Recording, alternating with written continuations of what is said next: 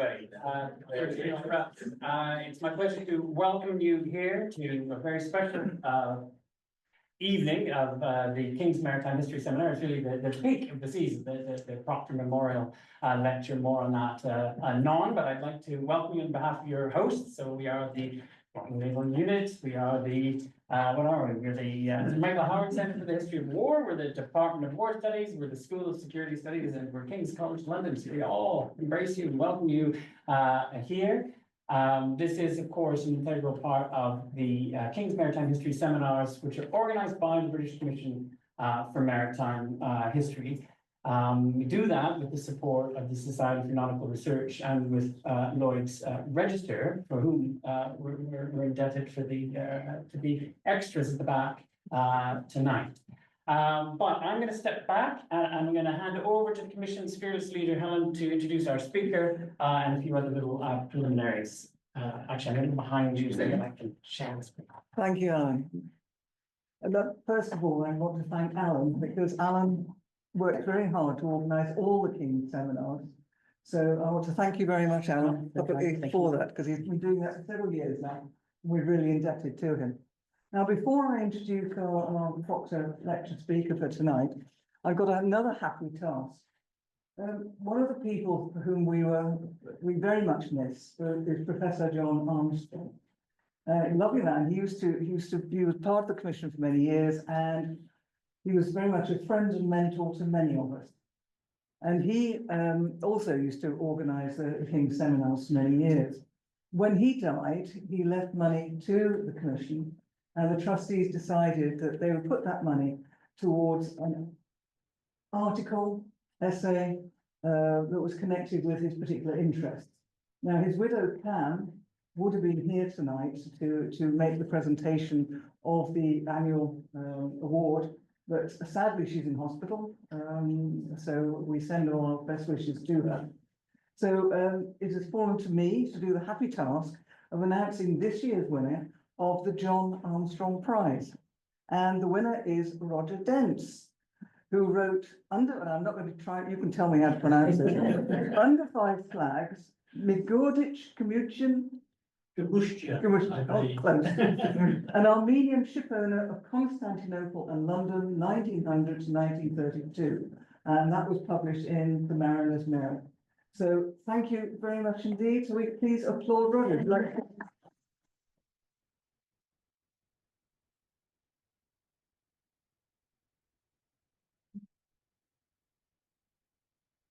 Now, my great pleasure now is to introduce the Proctor Lecture. Some of you will be aware it is, as Alan said, it's a very special moment in our seminar series.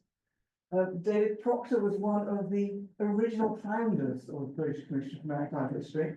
He was the keeper of manuscripts at the National Maritime Museum, and he also was very involved in these whole King's seminars. It all is coming together very nicely.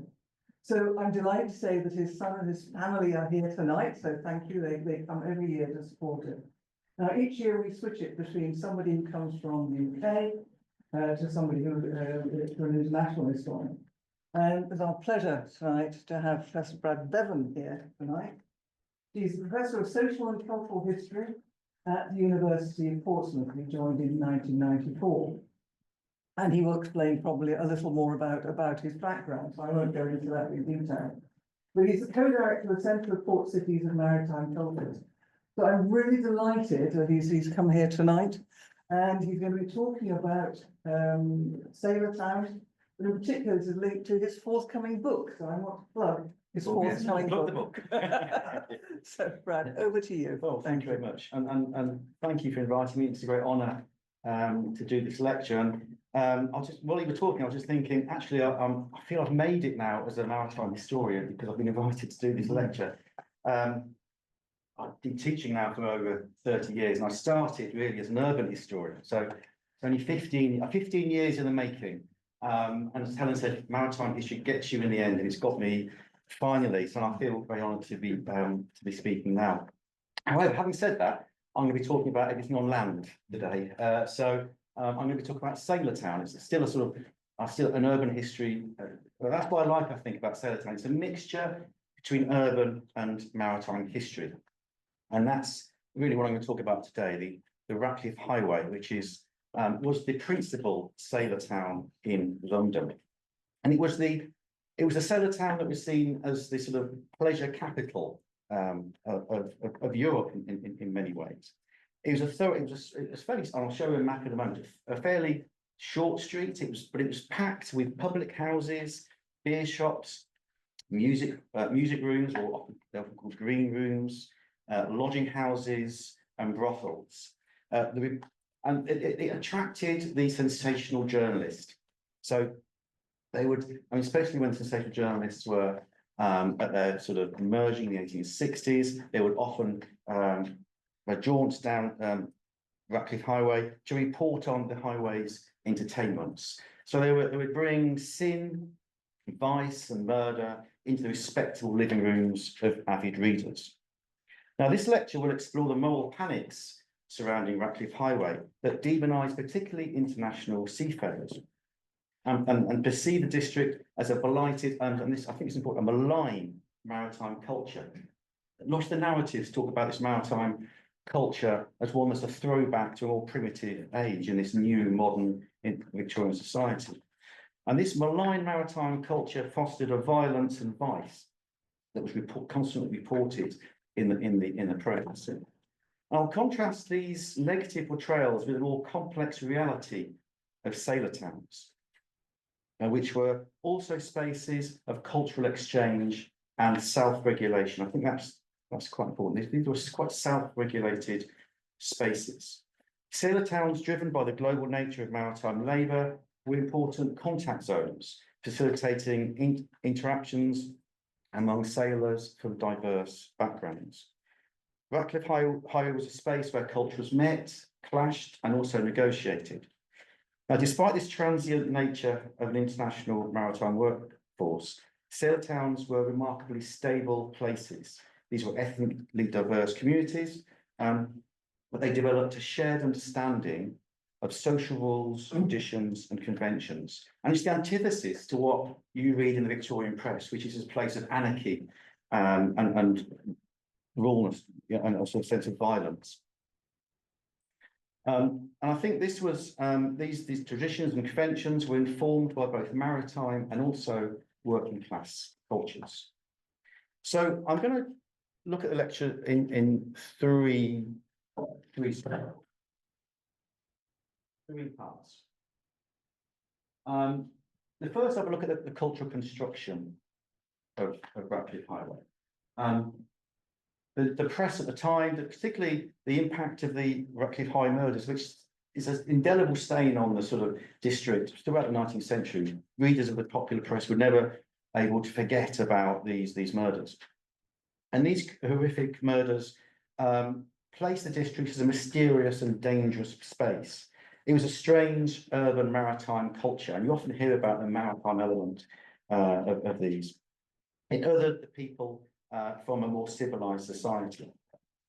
And the horror of Ratcliffe Highway became a symbolic of a changing urban industrial landscape that cast the once benign 18th century Jolly Jack Tar and his companion Mull into grotesque characters, victims of urbanisation and de-skilling in the shipping industry as it moved from sail to steam. And that caricature of the new type of sailor that emerges in the 19th century, the steam sailor, goes hand in hand with the grotesqueness of Ratcliffe Highway. The second part, I will explore the violence that's often mentioned in the popular press and challenge this idea that this was a violent and a disorderly place. And it was largely a figment of the Victorian imagination.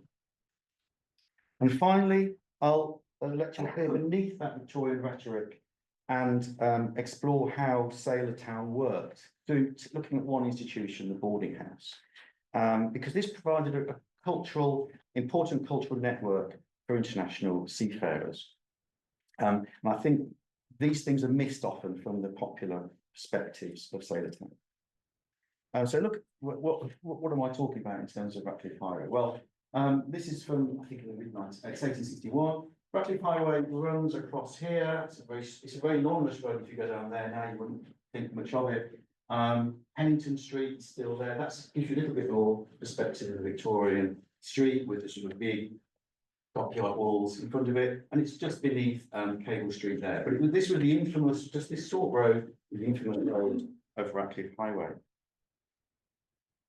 But when journalists are talking about Ratcliffe Highway, they're not just talking about that road. It's a shorthand for really the Ratcliffe Highway district, because the Ratcliffe Highway itself was a bustling, bright area with lots of noise, lots of activity, but not particularly scary for the Victorian social investigators. It was these roads that run off Ratcliffe Highway, these courts and often called rookeries, which most of the reports tend to talk about. It's not Ratcliffe Highway itself. So these things here, like Palmer Place or Folly, as it's often known, Victoria Space, New Court, are fascinating areas. These were the areas I found most of the boarding houses, particularly or mostly run by women. I think it was some 70% of the people living in Palmer's Road were women at this time, 1861. And it's a fascinating place in itself. This was a place where I haven't written it in the book, but this is the thing I'm working at the moment. I spent most of the summer looking at Chinese opium houses. Someone's got to do it. In New Court and Victoria Place. Those were the ones that Charles Dickens visited in to his book in Edmund Drew. But this is all demolished in the late 19th century. So this is shorthand really for Ratcliffe Highway itself. And as you can see, this is the way that Ratcliffe Highway is described, even in the early 20th century. It carries that stain. The name of Ratcliffe Highway became a byword, not only for poverty and misery, but for the coarse, the brutal, and the vicious. Many taverns down the lowest type of humanity or exploitation. As you can see, they look a vicious lot here in this photo. I don't know, it was a pretty ordinary working class street, but given the reputation, we'll explore how it got that reputation. Well, let's see how this construction of the highway began. Well, I think we've got to look at the first look at the Ratcliffe Highway murders of 1811, and this is where 7 people, including an infant, were killed in 2 separate properties in the space of 12 days. A sailor was eventually caught and arrested, but committed suicide before the trial commenced. Significantly, the grisly notoriety of Ratcliffe Highway murders and its association with a barbarous seafaring community became embedded in popular and elite cultures in the 19th century, to such an extent that by the mid-19th century it became a byword for murder and mayhem. And you can see that even in the early 20th century. In 1827, Thomas de Quincey published his celebrated On Murder Considered as One of the Fine Arts, and featured the Ratcliffe Highway murders as a prime example. The article had a deep cultural impact on literary circles, and it was quoted and remained in print throughout the 19th century. And whenever a murder occurred, I'm looking at the press throughout this period, whenever a murder occurred in any part of London, the national press felt compelled to remind its readers of the 1811 murders, to compare these murders to the lawless district. However, while these murders supplied the initial horror, the modern industrial city and its increasing impact on the docks and the river further stoked fears of degeneration in the district. In 1860, Charles Dickens described how modern industrialisation and urban squalor had not only contaminated the Thames environment, but also morally but also the morality and decency of its people. In one of his many nighttime wanderings with his policeman companion, Dickens imagined the Thames as a malevolent force, creeping, black and silent, while at the same time hiding strange things in the mud, like suicides and accidentally drowned bodies. Dickens placed the sinister qualities of the Thames at the centre of his description of Ratcliffe Highway and its people. That's just an example there of how Ratcliffe Highway murders are still popular today through the national, through literature as well. But this is Dickens's quote. He says of Ratcliffe Highway, a squalid maze of streets, courts and alleys, of miserable houses let out to single rooms, a wilderness of dirt, rags, and hunger, a mud desert, chiefly inhabited by a tribe form whose employment has departed, or whom it becomes but fitfully and rare. They have come into existence and propagate their wretched race. So for Dickens, this was a disorienting space, and particularly he's walking around these places at night, and the land and water appeared to become indistinguishable, and where the forces of modernity, and to quote him, washed up the moral sewage and the scum of humanity on the banks of the river Thames. Ratcliffe Highway then had acquired a reputation for darkness well before the 1860s, where we get this the sensational journalists visiting. It acquired a reputation for darkness and a sinister edge was surrounding the Thames in this period. In another journalist, this is a bit late. This is a bit later in 1970s. People talked about going from the civilized part of London to the uncivilized part of London, which was Ratcliffe Highway. On leaving the silent city to go eastwards at night, I have had a feeling as though I'd passed beyond the haunts of civilization. Past postern gate of the tower, and you are in the sailors' quarter, on into Ratcliffe Highway, euphemistically termed St. George's Street, where the frequent public houses and dancing saloons, low vice keeps a perpetual sanitarium. On entering London's maritime quarter, explorers described how the scenes were assaulted by an exotic array of destabilizing smells, sights, and sounds. Joseph Parkinson, another sort of journalist working for Charles Dickens' Household Words, wrote that the prevailing aroma is of tar, ropes, and saltfish, as if dried haddocks were being vended.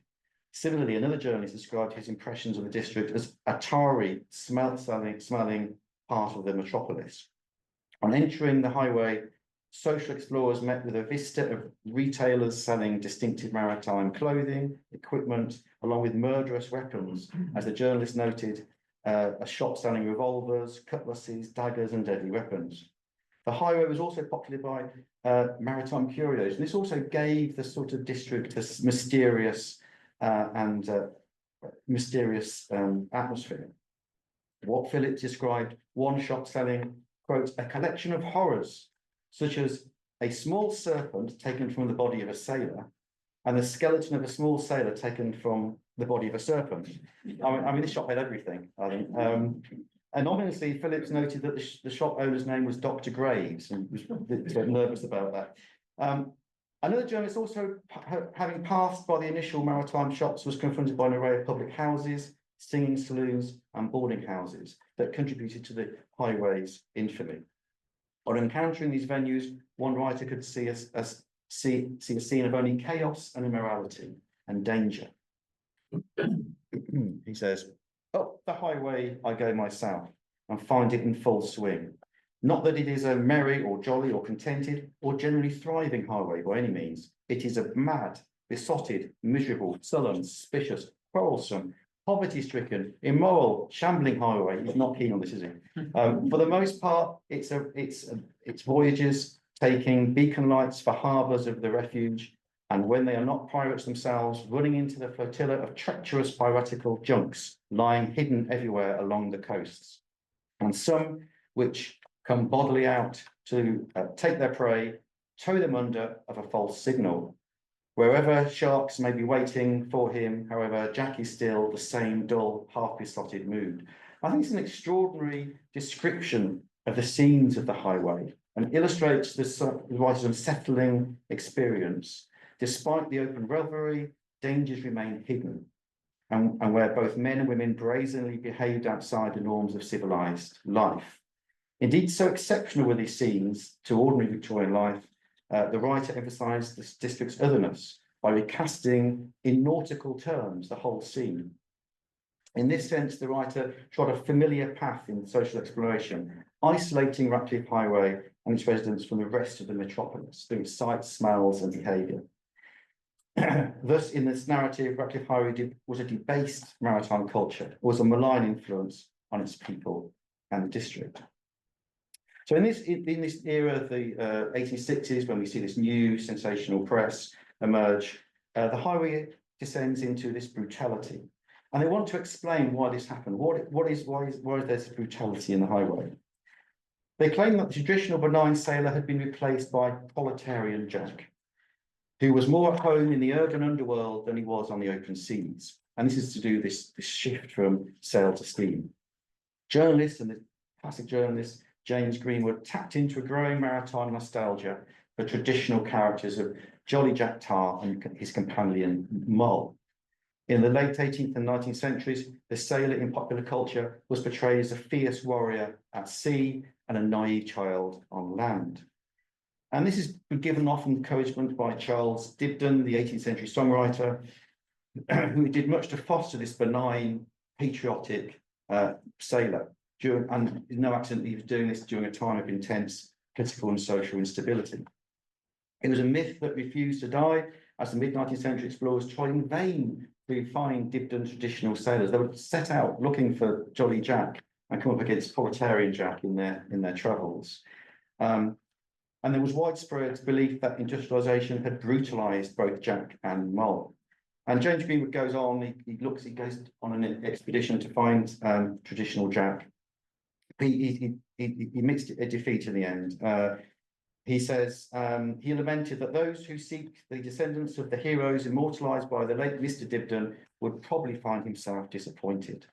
The shift from sail to steam and the emergence of the stoker was seen to embody that encroachment of industrial society onto the maritime profession. And this, I'll just go to this one first. I think this, if I can find it, maybe I haven't got it there. Okay, we'll go to Charles Booth instead. So Charles Booth sums this up in many ways when he says, the steam seamen are generally of a rather lower class than the sailors and often take to the seas because they have failed to obtain work or because disreputable habits have brought them into a disgrace at home. So this wasn't the proud, skilled sailor that we had in the past. I haven't got the quote here, but Frank Bolland, the maritime sailor, talks about how the worst job on a steamship is the trimmer. He equates that to a coal miner, essentially, working underground, working with no light, fear of suffocation, fear of a landslide of coal on him. And he compares that to the sort of maritime skilled traditional seaman. So for social observers, Dibdin's mythical Jack Tar and Mull, who rampaged down the highway, were always one generation away and seemed to be fading figures in Ratcliffe Highway. For commentators of the age of steam that had ushered in cheap foreign labour was also a problem for these commentators. These commentators thought that international seafarers, foreign seafarers, had brought a new social threat to the British shores. In 1863, there's a huge fear about knife crime in the mid-19th century, blamed particularly on the foreign seamen. So the reporter from the Express in 1863 noted that the frequent use of the knife by the foreign seamen, in one case terminally fatally a few days ago, has created a great public alarm in the district. Numerous persons have been stabbed. The foreign seamen appeared in the streets of the district every night, and their large sheath knives at the side of them, and they are drawn without provocation at all. The local newspaper denounced this. The East London Observer denounced the poor policing of Ratcliffe Highway, complained that, quote, the Lascar, Chinese or the Italian flash their sea knives in the air and attack innocent Englishmen by gouging him. And that real sense that it's a foreign seaman's problem comes across all in these reports, and also in many of the, and this is a classic example. This is actually Millwall. That's another story, I guess, of reputations. But so I haven't got time for that. But it's a similar sort of story. And we've got, this is the idea of, this is in the French, and I'll talk about the different protocols of fighting after, but this is the French journal noting the idea here is that the English are fighting without knives, and the Germans are fighting with knives, and that this idea of bringing crime to the area. Here is again more popular in the British press here, this illustration illustrates police news about stabbing in Ratcliffe Highway. So this is this was very much, and particularly in the mid-19th century, and I think we step back and we see in the 19th century, in the mid-19th century, an attempt across the country to sanitise streets. And there's a new police force, there's a new sort of code of conduct in the streets. And this was particularly targeted towards Ratcliffe Highway, and the fears of the foreign seamen, I think, were acute during this time. So this is the sort of second part of the lecture. How violent was Ratcliffe Highway? If we take Victorians' own parliamentary investigations on Ratcliffe Highway, it becomes clear that the lurid stories of indiscriminate violence were hard to verify. And this is a select committee in the Public Houses 1853, and he investigated the claim that sailors were regularly assaulted and plundered in the highway. James Steed, the superintendent of the H Division, revealed that within half a mile's radius of Ratcliffe Highway district, there were over 500 public houses or beer shops. Of these establishments, only one landlord in the past year had been summoned for having riotous or disorderly persons in the house, and he was cautioned and let off with a fine because it was his first offence. Very narrow, very few, according to Steed. The committee pressed him further. The committee, we have never heard of any report in the neighbourhood of people plundered in certain houses. Steed, certainly not. Some of those dancing rooms, so as far as they're concerned, are conducted well. There are well-conducted men holding those licenses who are in the room themselves and who will not allow the least impropriety to be carried on. I have visited them, I know it, committee.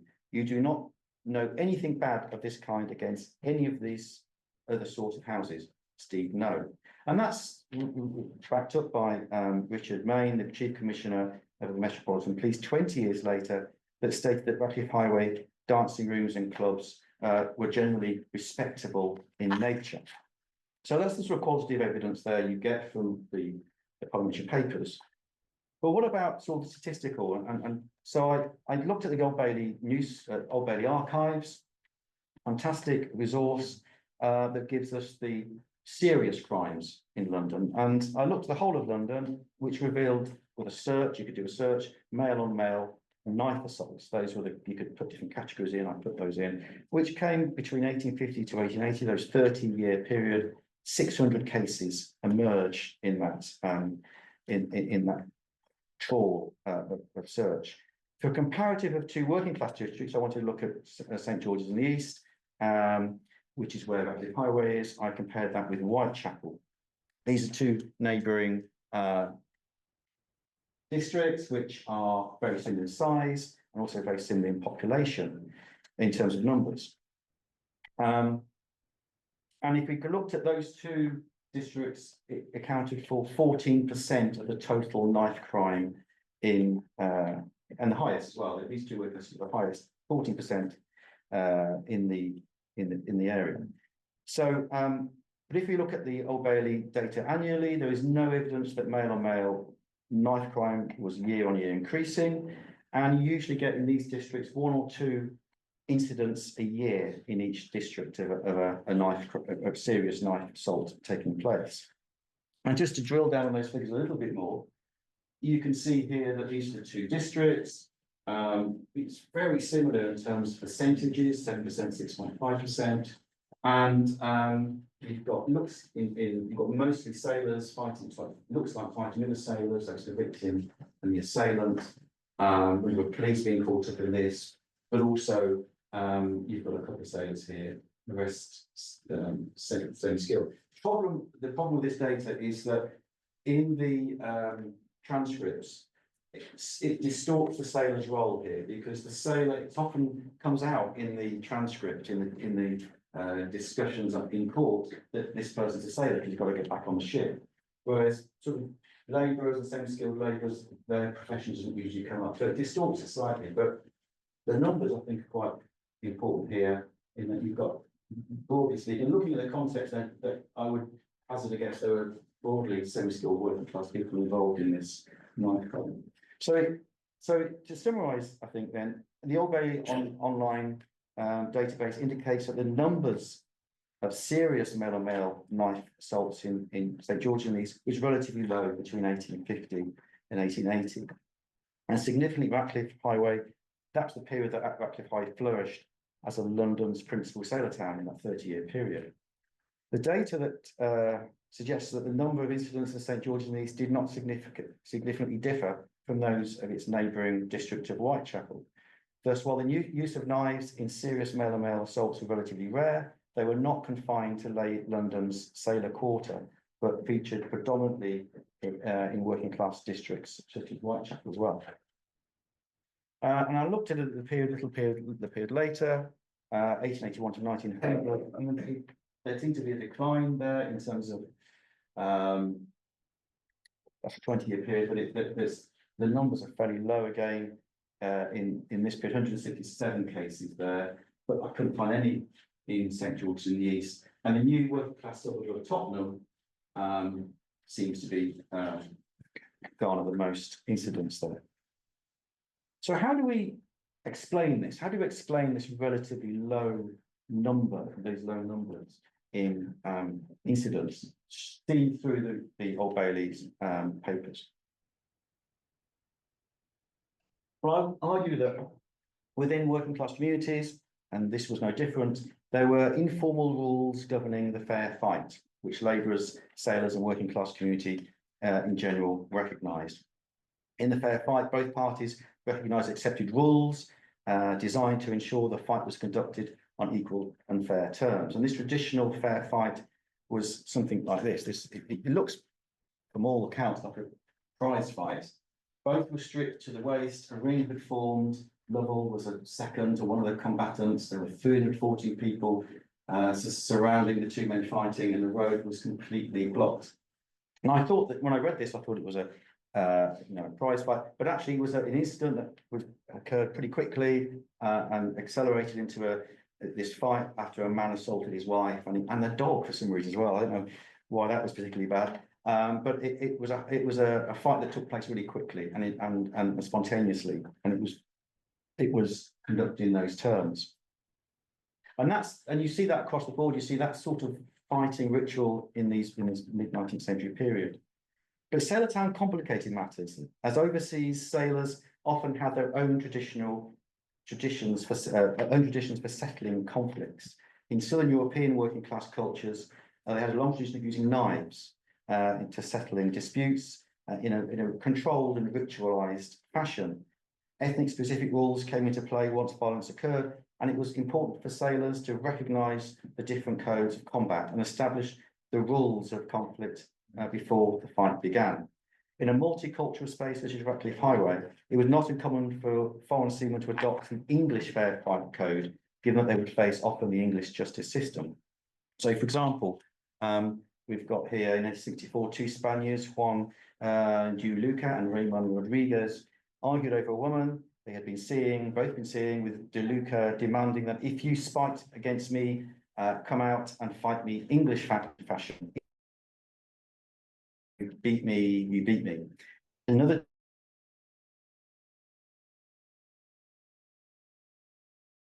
his adversary, I'll fight you English, Italian or Greek. His Greek opponent declared he wanted to fight English style. These offers to fight in different styles illustrates how sailors were conversant with these sort of different traditions. And it sort of sets us apart from this idea that sailors were naive on land, which is often reported in the press. And these cases demonstrate that these multi-ethnic districts were necessary to establish a code of conduct before embarking on conflict. Thus, English and foreign sailors navigated their way through different customs of subaltern fighting that would avoid serious injury.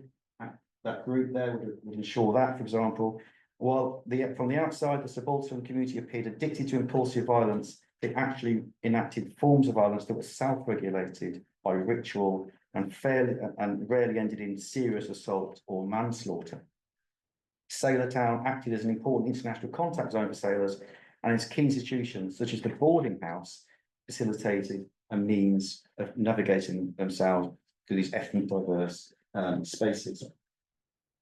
I don't know how long got. Yeah, you've got lots of time. Okay, so the final section will look at the boarding house and how those sort of traditions were learnt within Sailortown. So, but perhaps the most controversial institution in Sailortown was the sailor boarding house, and it became linked to the classic common lodging house, which it wasn't really, but the common lodging house was seen as the lowest form of accommodation in urban Britain in this period. But the sailor boarding house was very separate to those, although it was under the same legislation.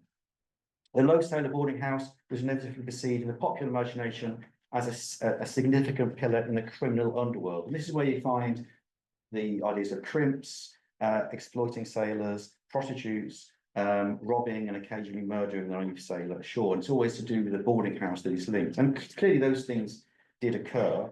But I'm going to argue that there's a more sort of there's a different side of the boarding house. So they didn't register in the century. In London in 1908, a good census of them.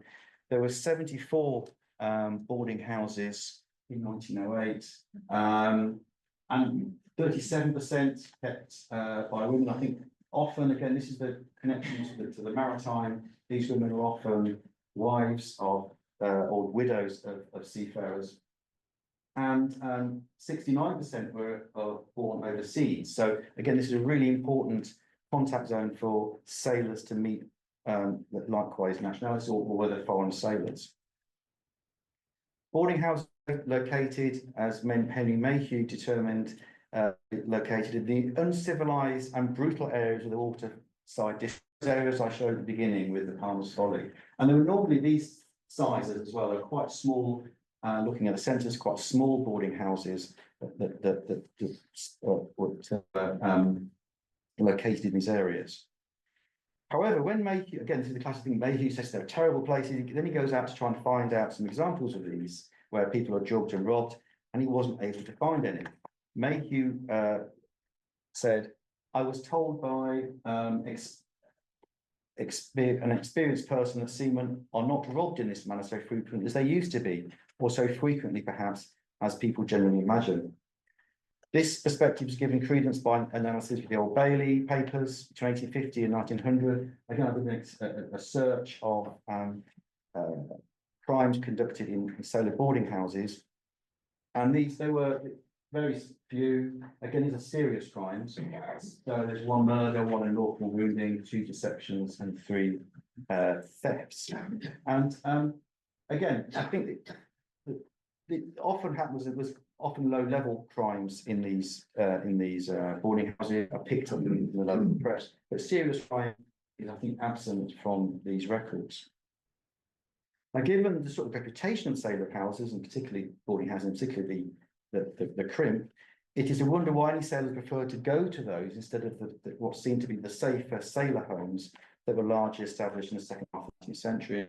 I looked at those as well, the sailor homes, and the numbers of people going into sailor homes are minimal in terms of on a census night, for example, they're sort of well under capacity compared to the boarding houses, which seem to be doing quite well. So what's often missing from the accounts of sailor boarding houses is the attractions they had for sailors. Sailor boarding houses cultivated rules and rituals that enhanced seafarers' lives. First and foremost, sailor boarding houses, I think, was this contact zone for sailors who were in port for the first time, was able to gain intelligence and knowledge about the port. And boarding house keepers, and this is why I flipped the idea of the crimp on its head in a sense, because boarding house keepers were often ex-sailors or wives of seafarers. They knew the industry, and they offered a wealth of information on the immediate locality and the employment opportunities in the port. Boarding house keepers also trusted members of the onshore maritime community, because just as the public house landlord was often in sort of landlocked working class areas, the boarding house keeper was a trusted member there. Sailors and boarding house keepers would often provide character witnesses for each other in court cases. Sailors would often return to the same boarding house and develop a good rapport and friendship with the boarding house keeper. In one Old Bailey case, John Frost, a sailor boarding house keeper, was charged with receiving stolen property in 1883. And three sailors from differing national backgrounds testified to his excellent character. And one of them, Alex Rees, talks about, just gives an indication, I think, of their relationship. I'm a seaman. I've seen Mr. Frost since 1878. So that's a fair time. It's almost 10 years. For the last 3 years, I've used his boarding house when he's ashore. I've known sailors leave property with him while they're at sea. Frost has not advanced any money on them. I've seen watches and rings and alberts belonging to sailors in his possession. Alberts was the chain from watches. As a foreign sailor, Rees found Frost's lodgings a safe and secure base, which could stow property and without having to advance any money for the voyage. So the boarding house system allowed sailors to carve out a degree of autonomy also, as trusted boarding houses keepers could conceal sailors who wanted to end unreasonable employment contracts and negotiate new ones. So desertion from a ship was one of the few options open to exploited sailors. And the secretive network of these lodging houses and these back streets that I mentioned, and the goodwill of the keepers were central to fostering a measure of sailor agency while ashore.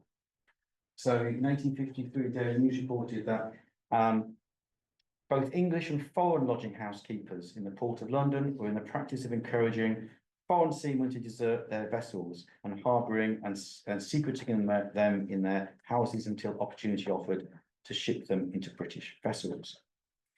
So it's often been assumed that in the mid-19th century, the seaman's boarding house catered for single nationality as well. That's the other thing that you often see. And you see that reported by Victorians. They're walking down the street, they see a Norwegian flag or a Swedish flag and say, this is a Norwegian boarding house. And it appealed particularly to the Victorians to their sense of racial exclusivity and separation and order. But these flags, I think, give a misleading impression of what was actually happening within the boarding house. Because I looked at again, if you look at the 1860 census in the 19th century, and I looked at 1861 for this example, boarding houses tend to have a mix of different nationalities and patrons in their boarding houses. And you won't be able to read this, it's too small, but this is how it's set out. And you've got the boarding house person at the top here, his wife's English, he's Greek, he's anglicised his name. But then you've got a number of different nationalities. You have Greek, you've got Prussian, you've got Maltese there, you've got Germans, Austrians, and I think you've got a couple of English people there as well later on. But this is what's unique as well. It seems to happen across these different boarding houses. And the mixing of nationalities in boarding houses, I think, helped to create that sense of international maritime identity. It fostered it seemed to attract that sort of international maritime culture, seemed to attract seafarers. Thomas Beams reported in the No Social Observer that in a single boarding house was a resort for French, Italians, Germans, Spaniards, Portuguese, Greeks, and Greek sailors. And he described how they met in a common room where there were several men sitting, lounging about, drinking, talking, and conversing in various languages. These larger boarding houses were a good social setting that facilitated cultural affiliation, drinking, and conversation. It was a space that could facilitate that sort of cultural transference. However, while sailor boarding houses reflected the heterogeneous nature of seafaring ashore in London, the keepers, boarding house keepers, would often decorate and furnish those institutions to foster this maritime culture. And they tried to set themselves apart from these low lodging houses in many ways. So maritime cultural symbols, material culture of maritime was often seen in these places. Maritime cultural symbols were transnational and adorned the exteriors and interiors of boarding houses. And all the sort of social observers who went to these boarding houses noted these details. Beams noted that the sailor boarding house he visited, there was a common room garnished with prints of nautical subjects, while the rooms were fitted like the cabins of steamers. Stan Hugel, who talks about London, talks about International Sailortown, claimed that some boarding houses had rooms built in imitation of a ship's living quarters to make Jack feel at home. Mayhew noted that there were shells in every room and some specimens of exquisite beauty, nor was this boarding house an aberration, as he reported that other houses more or less presented the same. Thus, for the boarding house keepers, it was a good business to appeal to that sort of transnational and multilingual seafaring population. And that's not, I don't think that's confined to the boarding houses. When I've looked at the entertainment venues, again, they have a similar material culture that decorated throughout those areas. So, as a way of a conclusion, with the arrival of a rapid urbanisation and the steam revolution in the shipping industry, contemporaries troubled by modernity began to yearn nostalgically for a lost maritime world. Ratcliffe Highway commentators were convinced that Dibdin's loyal, benign sailors and women had been replaced by more degenerate, subversive, proletariat class of people who had no understanding of those core maritime traditions. And the lecturers argued that Sailortown institutions such as the boarding house harboured a functional sailor community that was self-regulating and self-moderating. It's antithesis to the mayhem and murder of Ratcliffe Highway that we've seen.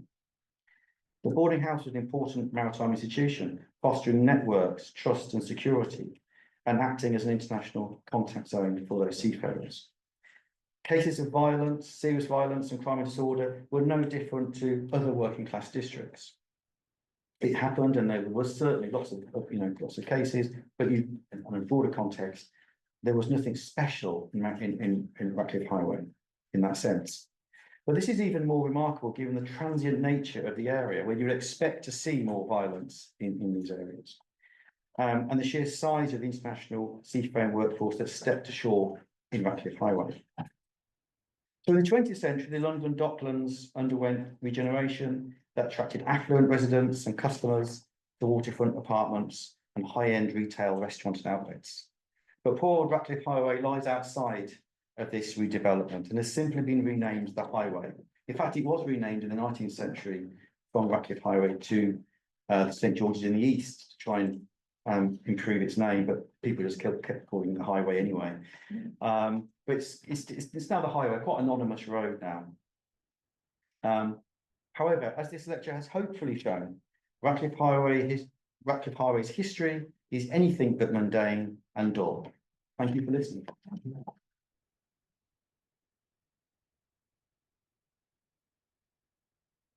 you very much for that very evocative but measured and realistic insight into Ratcliffe Highway. Are there any comments or questions from the floor? Yes. Yeah, I thought that was fascinating. Just one thing about the commentators. Should bring back Dickens and Mayhew. Yeah. And I know it's looking back to the early 20th century, but I'm thinking about people like Joseph Havelock Wilson, the Union side, Yes. Captain Edward Tubman. Yeah. What about their comments on that sort of the culture? Did you look at those in terms of? Yeah, I've quoted him in the book actually, Yeah. because he goes to, and he's in the boarding houses actually. He's looking at some of the boarding houses, also looking at the Well Street, Well Street home, boarding house home. There's a sort of a philanthropic home, Well Street. He goes into there, and he's talking about there's a culture in that home, and he says this is probably the most the home which most sailors go to. Although the numbers are still quite low, but it's in the middle of Ratcliffe, it's near Ratcliffe Highway, so sailors go there. But interestingly, he says it adopts many of the more looser ideas of the boarding houses. So people are allowed to drink in there, limited. There's drunk people in there that are. He talks about a drunk person being chucked out. So he's saying that the most successful sailor homes are the ones that have slightly imitated the boarding house, but given that sort of extra freedom in those terms. So that he commentates on those terms. The other time he has commentated on the that I've found, particularly with this period, is the challenge of foreign labour. So he has the racist, particular racist attitudes to Chinese and Indian Lascar sailors. So that's the other comment he tends to be involved with. I've found in that. Right, go to the corner first, thanks. Was there a difference in the way the greater public viewed Royal Navy versus commercial seafarers? And also, I'm assuming that because the Royal Navy and commercial shipping was securing the empire, that it had to sort of by its beam in the eyes of the greater public. How then do they balance that view versus this idea of the sailor as a leader? That's really interesting. Yeah, I think certainly with the professionalisation of the Navy in the sort of mid-19th century, and the Navy becomes part of propaganda of empire as well. They're shown on in empire, so there's a very different perspective on the Navy. You know, I've looked at Portsmouth Sailortown, and although the similar things are happening in Portsmouth, and has a poor reputation within elements. So, for example, Father Dolling, this Portsmouth sort of philanthropic clergyman, tries to intervene and help sailors, but he writes this book called 10 Years in the Portsmouth Slum, which goes down very badly in Portsmouth, as you can imagine, to the civic elite, saying this is not a good thing to write. But he's denigrating the sailors as well, you see, and this doesn't go down well with the civic elite or the naval authority. So I think as a whole, it's happening in areas, districts, but I think there's more with the professionalisation of the Navy. It's linked to the empire, and you know, the fact that by the late 19th century, sailors are being used to advertise commercial products shows you that they have a higher sort of status in that way. But there's a whole problem in the late 19th century with this idea of foreign labour taking merchant sailors' jobs, which again suggests that there's a sort of a problem with the merchant, wasn't called merchant navy, but merchant sailors. Richard first. I've got a quick comment and a question, if that's okay. The comment is I'm really looking forward to reading your book. I've actually worked on the same rigs in the 1600s, and you see some very similar, there's even a pamphlet from 1647 about a murder in Ratcliffe. So there's some of those similar ideas and tensions, but I think they're obviously intensified in the period that you're talking about. But but I'm also thinking about boarding houses, and I'm very much persuaded by your take, so that's really interesting. But the question's about the kind of role of the police, because you would assume that they're kind of antagonistic towards the sailors. And so much of what I think you said about the journalists is kind of journalists from a middle class moral order failing to comprehend the moral order of the sailors that you described so clearly. So kind of because the one way of reading the Old Bailey statistics is not that there's no crime happening, but there's no crime being prosecuted. Yeah. And yet, I also, maybe I don't know how you read this, but the kind of quotation for the committee almost implied that the police were both familiar and comfortable with the moral order, maybe because it keeps order. So, you know, what's that kind of role and relationship there? That's really fascinating and a good question. Yeah, you're right. We've got to use these statistics with some caution. There's a really good biography, police biography, autobiography, sorry.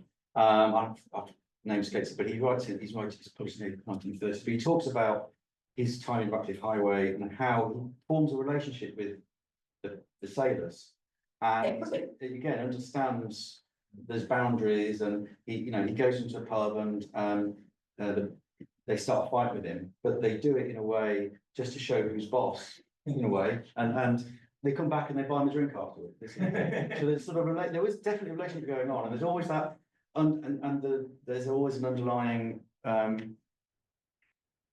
sort of suspicion that the police are turning a blind eye to these things. So there's definitely that element to it. However, there's lots of antagonism of police in these districts, because I found time and time again of police not being welcome into parts of these areas. And what I found really fascinating is how when, say, a sailor or a labourer is being arrested, there's an attempt to rescue him from the police. And that goes on quite a lot in the 18th, 16th, 17th, in lots of areas in Britain. But what fascinated me at Ratcliffe Highway was that the sailor was being rescued by a labourer, or a labourer was being rescued by, it's vice versa. So it just suggests there's a sort of, a mutual hostility to the police that is shared by both of these different people of Ratcliffe Highway. So I've never seen that rescuing from different sort of perspectives, you know, from different backgrounds. You know. And the foreign sailors were also being rescued by British labourers, which I found was quite interesting. Okay, there's one here. Was there any dialogue in the press about communicable disease? Sailortowns in London. A number of sailor towns, this was a major issue about imported diseases, and particularly smallpox, cholera, typhoid. You know, it's a really good question, because I think it doesn't come out hugely in the reports. Where perhaps it has, and it's the recent research I've been doing actually, where there is a link between disease is typically the race. So Chinese and Lascar, those areas I was talking about, those Chinese and Lascar sailors were equated with bringing disease into those areas, but particularly those, it wasn't European necessarily, it was the Chinese Lascar sailors in those opium dens that I mentioned. And you always, they're talking about these dens in a very sort of, they took it in trying to cleanse them of disease and the prospect of infecting others in those areas. That's where I've seen it come in, not broadly generally those. The big concern of the 1850s is knife crime. That seemed to be consuming the press in those areas. Yeah. You implied that British, there was a shortage of British crew, so it hidden away, so they could be then put on a British ship as being superior. And So it's the cheap labour. I think this British. the foreign seamen were seen, particularly in the age of steam, they were seen as cheap labour. That the shipping companies preferred those. This is what Robert Wilson would be saying. You know, he was saying that we're being undermined by cheap labour, and that there was an issue there. That was the debate that was going on. It was a form of privilege to keep the British back until they could be positive where they wanted them to be. Oh, do you mean the quote I gave about desertion? No, they were hidden away, so the British crew was on board. Right, one of the slide, hidden away, then put in the. I think it was like desertion one. I think Oh, okay. yeah, I think yeah. I think I was talking about people breaking their contracts and being hidden boarding houses, so they could then Oh, I be. see. Yeah, that's yeah. So, Right, any more? Oh, gosh, okay, right here first, yeah. Regarding your statistics on crime and occupations of criminals. yeah. Did you detect any prejudice against sailors in that the courts or court reporters were more willing to identify them as such? Because the semi-skilled labourer covers a variety of occupations. Was that your collecting them together under one generic headline, or were they referred to as general labourer? Because certainly in mid-19th century Portsmouth court reports, I've detected a prejudice against seamen's wives in that they were identified, whether they were defendant or victim or witness in a trial, they were more readily identified as seaman's wife or sailor's wife compared with bakers, butchers, shoemenders or whatever. Almost 20 times as often sailor's wife were identified as such. And I read that as feeding a common prejudice through biased reporting. I wonder Well, that certainly happens, and that's not those statistics were from the Old Baileys. That's a slightly different thing. But in terms of reporting, absolutely, the sailors' wives, as you say, the sort of suspicion there's a sort of underlying reputation they're trying to put forward about sailors' wives. Yeah, absolutely. That is common, and particularly if they're boarding house keepers, so they're women, particularly if there's a grey area between that and a brothel that's seen an issue. So these women who worked in Sailortown were seen in a poor light in terms of the magistrates, but also the press as well. That's absolutely, and there were, I think I've calculated that 40% or so of women were involved in running these institutions, but time and time again they're described differently. Just their physical appearance is described very unflatteringly, you know, and this sort of thing, whereas the male isn't really described. So it's about the reputation of these women as being in the heart of Sailortown, this place that a woman shouldn't be in. That was very close, but I think. Let's see. This in particular about dockers, dog workers that sort of comes out of the research that we've done. So sort of a skill group or a labour group that's somewhere between sailors and labourers, or do they just really disappear into the labourer pool? Well, I think the census helped me in this understanding. So I asked the same question myself. Where do these people lie in this? They don't. They go to the same venues. This is quite interesting. They go to the same public houses. They live in the same district. So the census work I did showed you that they were next door to a boarding house or whatever. So they're there. They don't. And where they also appear is, and that I mentioned that earlier, rescuing sailors from the police. So they're not front. You know, they're not the sort of. They don't. The press don't talk about them a great deal. But when you look at the context of the region and the area and drill down to who's living in those areas, they are part of that community, but they're not part of the popular narrative of that community, but they seem to be part of that community. And I haven't worked all that out yet, but they seem to be involved in various areas here. Uncle Walton, in his doctoral thesis, spoke of sailors going ashore in groups. That was their standard way of going out drinking. So the lone sailor might have been perceived as on your own, Jack, and therefore much more vulnerable. And if by then Jack was being regarded more sentimentally and more approvingly, the urge to rescue him from an unpopular local official might have been stronger and more readily enacted. Well, certainly there's a lot of philanthropic initiatives, and the Sailor Homes is one of those, just to try and save that lone sailor, I guess. Okay, we have one here, yeah. I'll pass. Oh, okay. I've answered my own. You've answered your own question. All right, you should have done it out loud. I prefer those. Yeah. Yeah. Any easy ones like that? More challenging ones. We do have more wine than usual to get through tonight. We have more carrot sticks and things.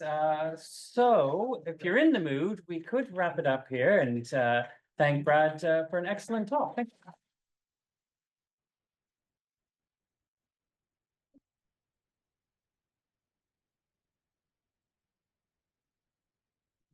Say goodbye to you as well. Thank you.